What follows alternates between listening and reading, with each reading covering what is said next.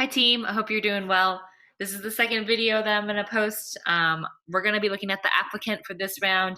As a reminder, you should have your poetry booklet out in front of you and also a writing utensil as I walk you through this poem. Hopefully as you do this, you're just adding to the notes that you've already taken. And you're revisiting the ideas because sometimes it just helps to hear things repeatedly in order for them to really process in our head and really become internalized with our understanding. Share my screen with you. Okay, so just follow along with me as I explain stanza by stanza what's happening within this poem. So the poem is called The Applicant. So we know that this poem, the first poem that we read, To Whom It May Concern, it was talking about someone who is a passbook holder. For this one, The Applicant, it's going to be about a person who is applying for something. Unlike To Whom It May Concern, where the poem was being written about someone, this poem is like it is transcribed speech from the applicant. So the applicant is going to be applying for something. He's going to be speaking to someone. The person he's speaking to, his speech is never included within the poem. It's only the applicant's speech, as emphasized by the title, The Applicant. All right. So before we get started, we know from the background information that we learned about South Africa that there were four specific racial distinctions that existed within South Africa. So you could be white, you could be black, you could be colored, which meant that you were a mixed race person, which also meant that you were illegal because it was illegal for any black person to have sex and make a baby with a white person. And then there were Indian people. And the Indian people, as we know, they came to South Africa because they were brought in as laborers, or AKA slaves. All right, so this poem, The Applicant, is going to be about a person, just to give you an overview, is going to be about a person who is applying to change his race. And he's going to disrupt people's ideas about what is the desirable race. It's going to be a colored person, so he's half black, half white. And even colored people, they would be white passing, so similar to the United States. You could be white passing if you had light enough skin, fine enough hair, spoke a certain way. And so this applicant is going to be someone who's applying to not be white, but he wants to be black. And so that challenges the expectations of the person that he is addressing. But it's also Sepamla inserting this idea that Black South Africans should be very proud to be Black. They shouldn't try to change themselves in any sort of way to fit into the narrative that the white South Africans have been trying to impose on them.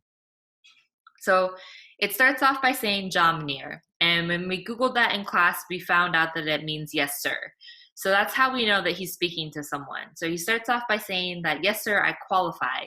And we as the reader, we don't know yet what it is that he qualifies for. And so he says, I was born in a reserve, sometimes called a location. And remember, these are the reservations that Black South Africans were forced to live in. They were also the Southwestern townships. And then these are also euphemisms, calling them reserves and locations and not the segregated areas of living that have been created for the Black South Africans. He continues by saying, or an area of sorts for a certain type of person. And again, another euphemism that's being used, certain type of person is code for a person who is not white. And he goes on to say, received inoculations at 6 months to minimize contamination by yellow fever and redpox, at least until the age of 16.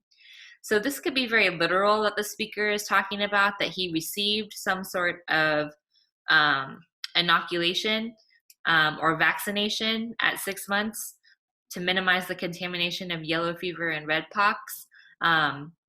Those are plays on actual diseases that exist. But redpox itself never existed. It was smallpox that was brought into South Africa.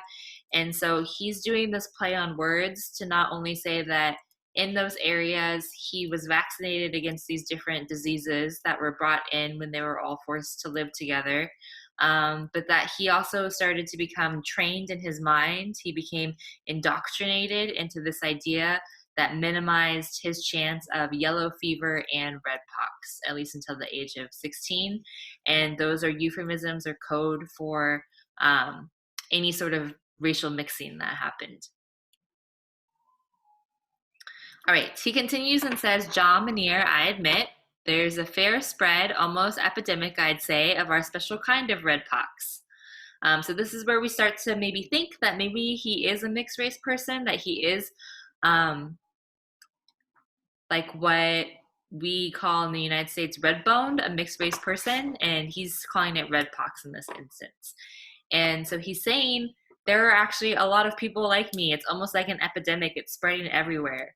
And then he continues and says, for which blame lies squarely on unpatriotic elements. So he's like, it's not our fault that this is happening, that all of these mixed race children are popping up. It's happening because of origins that come from outside of our country. It's unpatriotic. And that's a dig, or that's a slight at the colonizers who have come into the country, because he's saying there would be no mixed race children if they never came here in the first place and had sex and created children with the Black South Africans. And so he continues and says, and or overseas influences. Again, that's where he's starting to solidify that it's coming from these colonizers, coming in as they do through the improved Jan Smuts Airport. And that's the airport that exists in Johannesburg. And so he's saying that they're just coming through the airport now. And so it's not even like they're trying to hide that they're coming into the area. So it could be stopped potentially, I guess is what is being insinuated or implied. He continues and says, John Manier, I agree.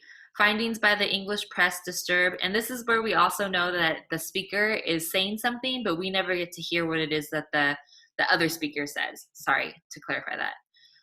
He says, John Manier, I agree. Findings by the English press disturb. For lately, my blood content has shown a preponderance of black corpuscles. And preponderance is like a high degree or a large number or amount of quantity, and then also a black corpuscles. So a corpuscle is like a cell. And so for me, when I read this, the first instinct is he has black blood cells. Like, that's so weird. Like, we don't have black blood cells. And so that's where you maybe think, okay, so maybe he is talking about race and mixed race, because he said that these this epidemic of redpox is coming in from people who are having mixed race children. But then he himself, his blood is starting to have a lot more black blood cells, meaning his black pride is starting to show through. He continues and says, luckily, these should be tolerable, being far removed from bloody red. So he's like, I'm becoming black, I'm becoming full black, fully proud, and I'm not going to subscribe to being this mixed race person. I'm damned by white corpuscles, as you know. And so this is also where we know that he's a mixed race person, where he feels like he's damned, or that he's been cursed, or that he suffers from the white parts of his identity. And he continues by saying, making me more susceptible to white liberals. So this is a dig at the white liberal community who would favor a mixed race person over a black person because of the white parts of their identity. And he doesn't want that at all, because he sees how flawed that logic is, and also how racist it is. And then also the hypocrisy of these white liberals who would say, like, oh, I'm friendly with, or I know these mixed race people. That doesn't make me racist. Okay, he continues and says, John Manier, I submit, these findings should be heartening. The very first documentation of a racial mutation. So this is when we start to realize that he is an applicant who is applying to be black. And he says, in the right direction, with a bit of luck soon, I shall go completely black, at which stage surely I'll cease to be invisible. So he feels like he's going to be lucky if he's able to apply to be black and then have it be accepted. He continues and says, John Manier, I confess my examination was quite inexperienced, though I have yet to be certified clear. I was taken up Stridham Tower, then deep down a gold mine to have measured my Swartgevaar, and my tolerance rating has been declared well above average by the South African Bureau of Standards. So this stanza is probably the most rich with references and allusions, and then also sarcasm that is also influenced in it as well, or included in it as well. So he says that he confesses that he had an examination to prove that he was black, and he said that it was quite an experience, and he hasn't yet been certified, but he was taken up Stridham Tower, which was an area in South Africa that held a lot of businesses. So he was like, I was took to the top of this tower, and I was also took down deep into the gold mine, which we know that's where primarily Black South Africans worked. And then it says to have measured my Swart Gevaar, and that's black danger, and my tolerance rating has been declared well above average by the South African Bureau of Standards. The Bureau of Standards is just like an industry check, so similar to what like the FDA would be for us, the Food and Drug Administration, or any type of agency that regulates goods or products or services that are being moved through. And so this is where he makes a little jab at the South African government, because he's saying that he's been fully inspected by the South African Bureau of Standards, and he has to just be certified or get that final stamp of approval that he's a Black person. And he's gone through all of these hoops in order to declare that he is. And so he's mocking the people who maybe go through all of the effort to prove that they are white, like doing that pencil test that we talked about. And also just how foolish it is to have all of these tests to prove that you are a certain race, or to maybe try so hard to pass these tests to prove that you're a certain race. And then he ends by saying, John Muneer, I qualify, you don't have to take my word. Many statutory agencies, legal agencies is what that means, exist to verify my claim. Besides, you know very well I boast a shadow at all times, which ensures my mail is sealed properly. My friends are well handpicked, and my thinking is coming up fine. So this last line of the poem where he says, my thinking is coming up fine, he's trying to say that this is super logical for him as someone who's trying to show that he has pride in being a Black person, and that anyone who's like, why would you want to change your race to become Black and not colored or even apply to be white? He's saying, I'm clear-headed. I am the most clear-headed that I could be in wanting to apply for this racial labeling. So he's mocking the standards that have been created through the white people that are in charge of different industries. And he's also trying to show that he's actually the one who's being the most logical in an illogical social and cultural setting that has all of these laws that don't make sense to him as a person. So we could maybe say that this is Sepamla's voice shining through at the very end of the poem, with these criticisms that he has of the South African government and also other South African Black people. And he also wants to access or have this poem be directed specifically for any of the Black South Africans who feel a sense of inferiority. He wants them to be able to have the confidence when speaking to a Dutch person, as he does within this poem. And he also wants to allow them to challenge the power or the hegemony that exists within South Africa as well. And he does this within this poem, and he does it within that voice that we talked about in class. The speaker is code switching, where he's accessing the voice or the attitude that he needs to have when he's talking to this Dutch South African. So I hope that was helpful for you.